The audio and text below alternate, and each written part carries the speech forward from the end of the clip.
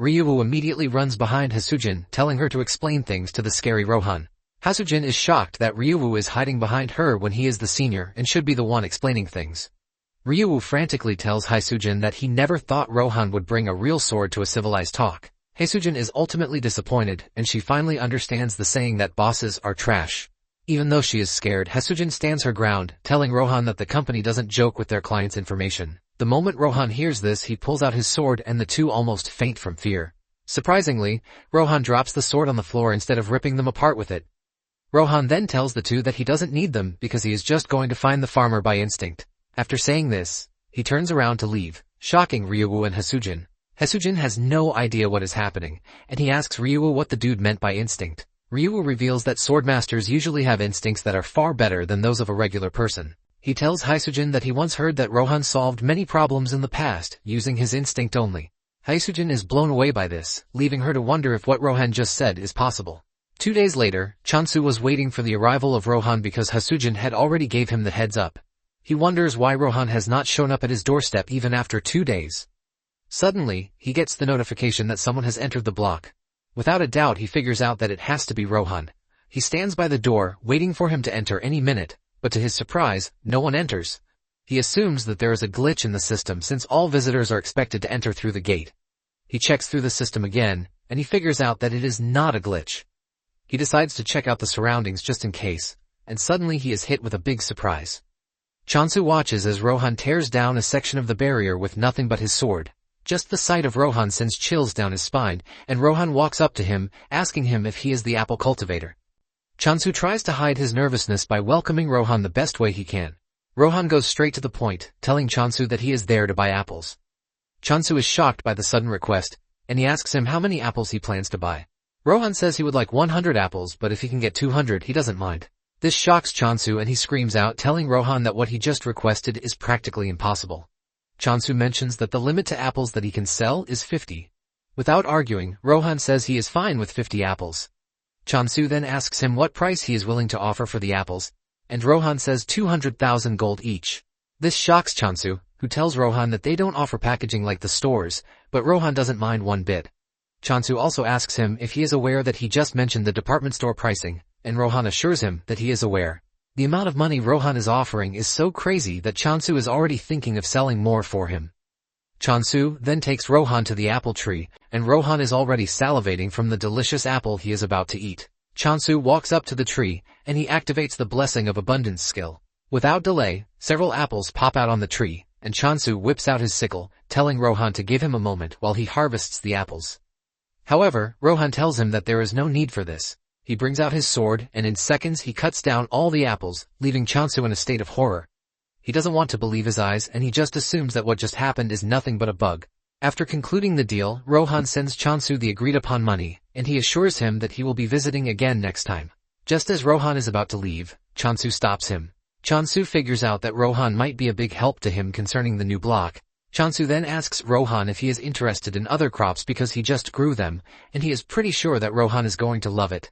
With a straight face, Rohan asks him what kind of crops he's talking about, and Chansu says potatoes. He has not even finished saying this when Rohan says he is not interested. Chansu pushes further, saying he has sweet potatoes and beans, but Rohan's answer remains the same. After denying all of his requests, Rohan says he is going to leave. Realizing that Rohan is integral to his plan, Chansu makes a desperate move to tell Rohan that he is going to give him more apples than what they agreed upon. Chansu can sense that Rohan is not a bad person, even if he appears to be strange and wild. Chansu then tells Rohan that he needs to take over another block if he is going to continue with the steady supply of apples. To do this, he tells Rohan that he is going to need his help, and in return, he will pay him with apples. Chansu is wondering if his plan will work when Rohan walks up to him, telling him that he has agreed to the offer. Without wasting time, Rohan heads to the new block, with Chansu running after him just to keep up. Chansu is surprised that Rohan is heading to the block immediately, and he starts wondering just how strong the dude can be. Chansu notices that the ground is wet with a strange liquid, which is very different from his own block. Chansu is staring at his dirty shoes when a monster appears behind him. Before the monster can make a meal of him, Rohan drags him off, telling him to stay behind him because hanging around is dangerous. Chansu cannot believe that Rohan is using the word dangerous, when he is the one who is the dangerous one. Chansu is surprised that he almost got eaten by a monster disguised as a plant. Chansu then tells Rohan that he doesn't need to do too much, since he will be the one managing the block in the end. Chansu wants to get rid of the monsters by himself. He activates decapitation and he starts cutting down the monsters like they are nothing. After he is done, he activates the blessing of abundance. Meanwhile, Hasujin has entered the block, and she is moving around when she hears Chansu call her name. She looks down to check on Chansu with a bright smile on his face, but the smile disappears when he sees Rohan with Chansu, working on a plant. Hasujin rushes down to ask Chansu what is happening, and Chansu says that since he is planning on taking on the surrounding blocks, he decided to plant his foot in the area. Hasujin screams at him that she doesn't care about what he is doing, but she is more interested in why Rohan is with him. Chansu then explains his current predicament to her. Apparently, when they first arrived on the land, Rohan tells Chansu that he would like to taste the apples grown on the new land. Chansu nervously tells Rohan that there is no land there because it is all filled with puddles. The moment Rohan hears this, he whips out his sword and swings it really hard to clear a large portion of the land. He clears the grass, turning it into a space where Chansu can plant seeds. Chansu is gripped with shock when he sees this, and he wastes no time planting the seed. He then casts the blessing of abundance on it, and this is what they were doing when Hasujin showed up. The seed that Chansu just planted has grown into a big apple tree with bright leaves. Hasujin is surprised, but she mentions that the apple smells really weird. And Chansu agrees with her. He says this is because of the environment. Apparently, the apples have double the aroma and flavor, and depending on the point of infusion, the taste changes. Chansu then confesses that he is still experimenting with it. Chansu plucks one of the apples and hands it over to Hasujin, asking her if she is willing to have a taste, but the girl refuses, saying she will pass.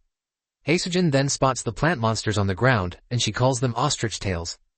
Chansu is surprised because this is the first time he will hear of it. Basically, the monster takes a liking to an ostrich's habits, and it is said to be active only at night, which makes it extremely hard to catch.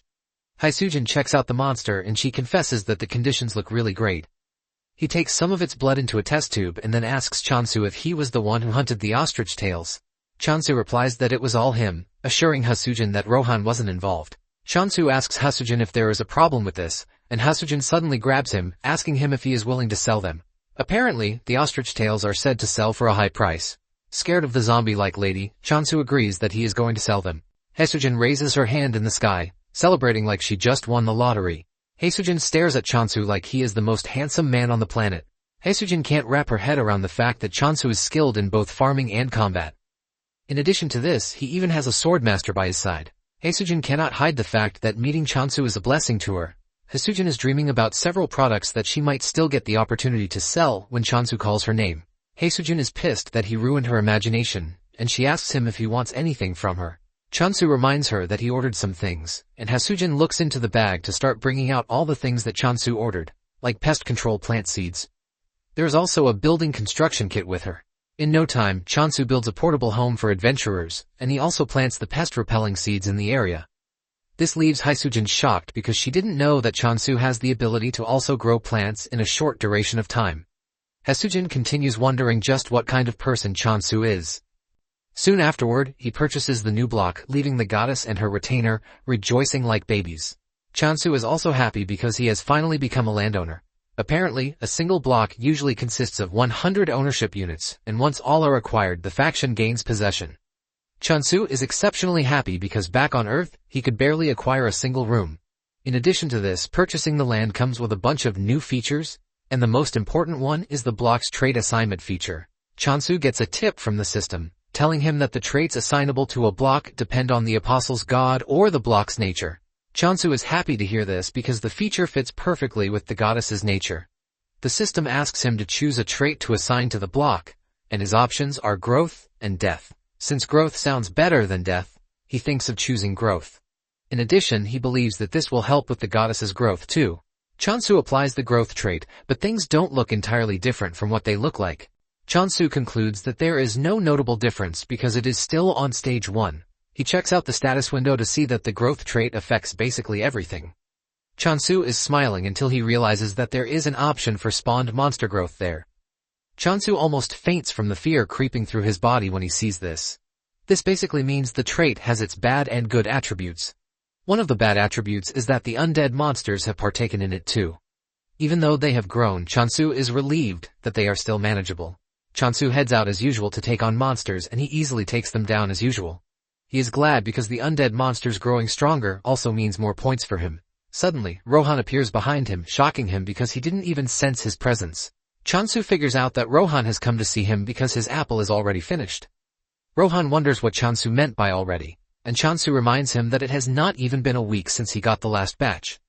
Chansu concludes that Rohan is just going to die from eating too many apples. Chansu then asks him how many apples he needs, and he replies that he wants 120, but if he can get more, he won't mind. Chansu then tells Rohan that he would have to adjust the flavor because of the change in environment. He says Rohan will taste one for free. Unknown to Chansu, the goddess and her retainers are gathered under the apple tree. He is shocked when he gets there to find them playing around. The group almost sinks into the ground when they spot Rohan, since he looks pretty dangerous. Suddenly, Rohan swings his sword, and Chansu believes that he is aiming for the group. He dives to protect them, but in the end, Rohan was just aiming for the apples. Chansu believes that Rohan has not sensed the presence of the goddess, since he called them familiars. Just then, Rohan says he can sense the growth trait on the block, and because of this, he would like to stay and train, but he assures Chansu that he is going to pay. Chansu becomes interested when he hears that Rohan is willing to pay, and he asks him how much he is offering. Rohan smiles while telling him the amount of money he is ready to throw out. This sends Chansu into a state of ecstasy, and he immediately shakes Rohan's hand, welcoming him as his esteemed customer. Rohan asks him if he thinks his request is possible, and Chansu says yes. However, he wants to know if the environment will not be torn in half, and Rohan assures him that it won't. Chansu also asks if things will suddenly explode out of nowhere, but Rohan assures him that he has nothing to worry about. Chansu then tells Rohan that he doesn't have the power to manufacture monsters, since he doesn't even have lots of points to spare. Rohan lets him know that he doesn't need his help to sort out monsters because all he needs is the space in the corner. Chansu is surprised to hear that this is all Rohan needs. Chansu has no issues with this, but he tells Rohan that there is something else he wants aside from money. Chansu lets out his heart, saying he would like Rohan to be his guard. Since the world they are living in is prone to being in danger every time, Chansu thinks it would be better for Rohan to protect. After all, Rohan is one of the best swordsmen out there. Rohan replies that he will consider Chansu's offer if he can enhance the growth effect. Chansu is glad to hear this, and he assures Rohan that he is going to enhance the growth rate by 50,000 points every day. In addition, he's willing to provide 10 apples daily. Rohan is more concerned about the apples, and he asks if they can be purchased differently. Chansu then assures him that he doesn't have to worry about the apples. Meanwhile, Doji and the others are shaking in fear because it seems Rohan will now be staying with them. On the other hand, Chansu thinks the familiars will be happy because they have a swordsmaster protecting them. Chansu turns around to see a different reaction from the group. Rohan also sees this, but Chansu lies, saying the group is only shy because he is new. Chansu tries to get them to become familiar with Rohan, but the group runs away instead. Chansu cannot believe his eyes, but he moves past the embarrassing moment to tell Rohan his first request. Later on, the two are inspecting the other block when Rohan senses something behind the brushes. They walk over to check it out, only to find a cat lying there. Chansu is surprised because he wasn't expecting any other animals like Hamstel to be in the area. Because of how relaxed the cat looks, Chansu believes that it is not dangerous, and before Rohan can stop him, Chansu walks up to the cat to pet it. The cat wakes up to see an ugly face standing over it and it jumps away like it just saw a ghost. The cat hisses at Chansu, which almost sends a chill feeling down his spine. The status window then informs Chansu that the cat is actually the Apostle of Negation, and it has declared war on his block. Chansu is shocked that the Apostle declared war on him just because he patted it a bit. With tears in his eyes, he asks Rohan if the cat is the Apostle of Negation because it has declared war on him. But Rohan believes that the dude is saying trash. Chansu suspects that the cat is mad because he was touched without permission. Chansu walks over to the cat to try to settle their differences while wondering why he has to fight a little cat. Just then Rohan shocks him, telling him that he won't be fighting the cat. Rohan says the apostles he will be fighting will appear through the block's border very soon. Surprisingly, Rohan says they will be human. Chansu is shocked to hear this because it was easy for him to kill monsters, but humans are a different story. As if Rohan knows what he is thinking, he tells him that he is free to kill Negation. Rohan lets Chansu know that they have the option to resurrect at the temple. Chansu is shocked to hear this, and he asks Rohan if he is talking about a checkpoint, and Rohan says yes. Chansu considers this an unfair advantage because he and his group don't have the luxury of just getting a second chance if they mess up. Negation apostles, on the other hand, can act recklessly and not suffer the consequences that come with it. Chansu is hyped for the battle, since he is at a disadvantage, and he asks Rohan if he is going to help him with the battle ahead. Rohan replies that he is willing to help if he can. Just as predicted, a group of Negation-loyal monsters and human apostles appear in the block. One of them holds a megaphone in his hand, and he makes a loud announcement telling Chansu to show himself. At the alchemy headquarters, Hasujin has taken the ostrich tail sap for examination. She is thinking about just how impressive Chansu is. She believes that Chansu is strong the way he is with the help of an artifact. Apparently an artifact is a divine item that is created for those close to a god. Sometimes it is formed from remnants of a dead god, which in turn grants the user the opportunity to use the god's power. After thinking this through, Haesujin doesn't think Chansu is using an artifact because they are hard to use unless they match the deity's nature. Haesujin is thinking about the future possibilities of things when Unsu rushes into the room. Haesujin is shocked and even more shocked when Unsu starts walking toward her. Unsu has the ostrich tail sap with him and he screams at Unsu asking him where he got the sap from. The question shocks Haesujin, but without a doubt, she knows that something crazy is about to happen again. Back at Chansu's block, the apostles urge him to step out before they get tired of searching for him. Unknown to them, Chansu and Rohan are hiding in the nearby bushes. Chansu wonders why the dudes are acting recklessly, and he asks Rohan if he thinks this is because they can resurrect even if they die. Rohan confirms this, saying they are probably acting that way due to the chances of getting resurrected. Even though they have little time to engage the enemies, Chansu is relieved to have Rohan at his side. He is basically putting all of his faith in Rohan. Just then, Chansu steps out of his hiding place, holding his sickle. The apostle stares at Chansu like he is some kind of weakling, and he tells him to bring him apples. Another dude makes fun of Chansu, telling him that he is outnumbered and that he has no chance against them. However, the team starts getting nervous because they can't see Chansu do anything, which is pretty weird. After some minutes of silence, Chansu finally speaks out, telling the apostle that he is nothing but trash and that he is not worth worrying over. Chansu is confident that he has the swordsmaster backing him, and before the negation dudes will have to get the chance to do something crazy, Rohan would have dealt with them. The apostle is pissed by this, and he gives Chansu one more chance to surrender the emperor apples. Chansu retorts, telling him to head to the department store if he really wants to eat apples. The apostle is overtaken with rage because of Chansu's big mouth, and he asks him if he can handle the consequences of his arrogance. Chansu further breaks the dude's ego by telling him to go ask his mother all the trash questions he is asking him. Chansu's words hit the dude at the spot where he wants, and he angrily tells his subordinates to kill Chansu. At the alchemy office, Unsu is pestering Haesujin about where she got the sap. Haesujin feels like telling him, but she mentions that customers' information is confidential. Unsu then tells her that he only asked because of the labor fee. Unsu comes clean, saying the ostrich tail sap that Haesujin brought has a higher purity percentage than the regular ones, which is always hard to maintain their purity level. Unsu brings out a contract sheet and hands it over to Haesujin, asking her if she can continue supplying them with the sap.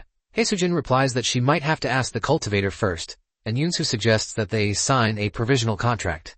Unsu is happy to hear this, and he lets Haesujin know that whoever is responsible for the sap will always be welcome to the alchemy department. Back to the standoff between Chansu and the negation apostles, the lead apostle notices that Chansu is pretty calm for someone who is outnumbered. He wonders why Chansu is so confident, and on the other hand, Chansu is thinking of how he is going to take down the skeletons approaching him. As the skeletons rush toward him, Chansu activates the mass decapitation skill, and he wipes out the entire skeleton team in one fell swoop. The apostle is surprised to see his subordinates flying in the air like they are feathers. Chansu piles on the misery by telling the apostle that his subordinates are quite weak. Chansu stands above the bones, asking the apostle if he is ready to surrender. However, the apostle is not about to lose to some derated farmer. The apostle brings out an orb, and using the orb, he summons a giant monster called Heracles. Heracles looks absolutely terrifying with a lion's head attached to his left shoulder. Instead of running off in fear, Chansu still finds a way to trash-talk the apostle, telling him that he is very bad at giving names. The apostle laughs at Chansu, telling him that he is about to regret his actions because Heracles is a weapon worth lots of money. The apostle then orders Heracles to go after Chansu. Heracles swings his giant punch, but he easily dodges it. Before Heracles can make another move, Chansu swings his sickle at him and sends him to the heavens in just one strike. Heracles crashes to the ground, shocking the apostle, who was already boasting of how strong Heracles is. The apostle cries in pain, saying Heracles is a monster he has been putting together for the past 10 years, and Chansu took it down, like it's nothing. The apostle then turns to his subordinate, Soye, a fourth-generation apostle, to scold her for not joining the fight. Soye reminds the dude that he was the one who confidently went after Chansu, and she doesn't see any reason why he should complain after getting whooped by a farmer. Soye tells the dude that she's willing to get her hands dirty, but she will be getting extra fees. After all, her role was to guide the way, and nothing else. Chansu is smiling and getting excited about the whole thing, until Soye turns her gaze at him, and her eyes turn red. This is when a tip comes in, telling Chansu that Soye uses the skill called Negation of Life, which places a curse on the target. The system doesn't sugarcoat how dangerous the skill is, and before Chansu knows it, he has fallen under Soye's skill. The annoying dude starts laughing when he realizes Chansu has fallen for Soye's trap. He tells Chansu that he is about to witness what happens when someone crosses the negation. Soye screams at the dude, telling him not to forget the real reason why they came in the first place. The dude quickly gets a move on to try and find the apple tree, but he promises to get revenge for his broken creation later. As he dashes through the woods, he can smell the apples in the air, and he figures out that it is just a matter of time before he gets there. Suddenly he notices a faint movement behind him, but when he turns around, he sees no one. He is left in confusion as he doesn't know where the person is. Suddenly, Rohan appears above him, and thanks to Rohan being a popular swordmaster, the dude recognizes him. However, this doesn't do him much help as Rohan cuts him down. Meanwhile, Chansu suddenly opens his eyes to find himself back on Earth. The last thing he remembered was fighting the negation, but he had suddenly appeared somewhere else. He realizes that things appear to be totally different from what he knows. Just then, he hears his parents call his name from behind. He turns around to see that his parents are actually standing there, and his face lights up in joy as he rushes toward them. He jumps into their arms and hugs them tightly, as tears roll down his face. Chansu cries out loudly, asking the two where they have been so far, and he begs them not to go anywhere again. Suddenly, his biggest fear starts to take place in front of him again. His parents push him aside and they walk away, as he screams, begging them not to leave. Chansu screams out in pain, but suddenly, Rohan pulls him out of the weird dream he is having. He tells him that he is suffering from Soye's trick, and what he saw wasn't real. Rohan had hit Soye on the arm while trying to rescue Chansu, and she couldn't believe that Rohan was in a place like this. Soye crashes to her knees, and Chansu angrily goes after her with his sickle, ready to punish her for making him cry. However, Rohan gets to Soye before him, and he cuts her down. Soye gets buried by the swampy water, and Rohan apologizes for butting in unnecessarily. However, Chansu is not pissed about this, but he is even thankful. Chansu then suggests that they go back to base while they come back to clean up the mess. Rohan asks him what his future plan is, and he reveals that his plan is to become the world's strongest force. However, the first thing that they are going to do is to take over every surrounding block. He asks Rohan if he can keep helping with this, and Rohan assures him that he has no reason to deny as long as he pays him with apples. Chansu then assures Rohan that he is going to pay him with as many apples as he wants. As they walk back to base, they run into the black cat again, and Chansu asks Rohan about the deal with the cat. Rohan casually tells him that the cat is one of the 7 calamities, a territorial predator. This shocks Chansu because he thought the cat was a usual friendly cat, and he realizes that he might have gotten himself killed without knowing. On the other hand, the negation soldier has found himself locked up in a cell for losing the battle against Chansu. The system tells him that a surcharge penalty has been applied due to the extreme difference between his faction and Chansu's low-level faction. He is required to pay 1 million gold coins as punishment, and this shocks the dude because he doesn't think the power difference is fair. He refuses to pay the money, claiming that there was a swordmaster supporting Chansu. The system then recognizes the dude's refusal to pay as an inability to repay the required debt, and would be transferred to negation. The dude sees this, and he freaks out, urging the system to come back because he is now ready to pay. Just then, he is dragged out of his cell by the undead monsters, and to make his situation worse, a scary negation apostle, Danha, shows up. She tells the dude to carefully explain what happened if he doesn't want to suffer a fate worse than death. The dude tells Danha that he found the cultivation site for the Emperor's apple. Danha believes that the dude is lying to save his own skin, but he swears it, saying Rohan was the one who disrupted his plans. Danha still doesn't want to believe this because she is well aware that the reparations wouldn't have been set too high if Rohan had fought alongside Chansu.